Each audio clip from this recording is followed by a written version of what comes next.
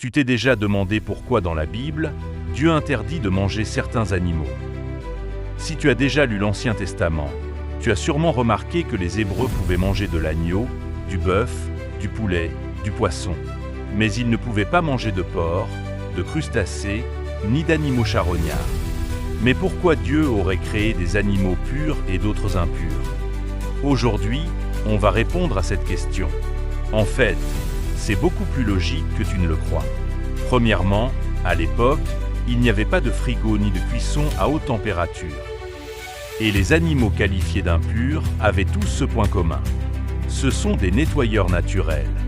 Par exemple, le cochon mange tout ce qu'il trouve, même des cadavres. Et autrefois, il servait des boueurs dans les villages.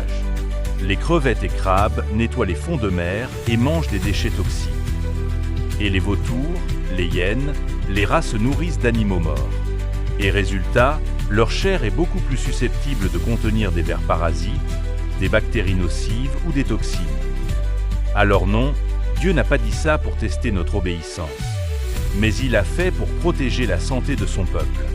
Il a créé des animaux bons à manger et d'autres pour nettoyer et réguler l'écosystème.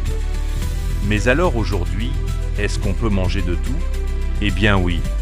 Dans Acte 10, Dieu apparaît à Pierre et lui dit « Le péché ne vient pas de ce que tu manges, mais de ce que tu penses, dit et fait. » Alors oui, aujourd'hui on peut manger de tout, mais pas n'importe comment.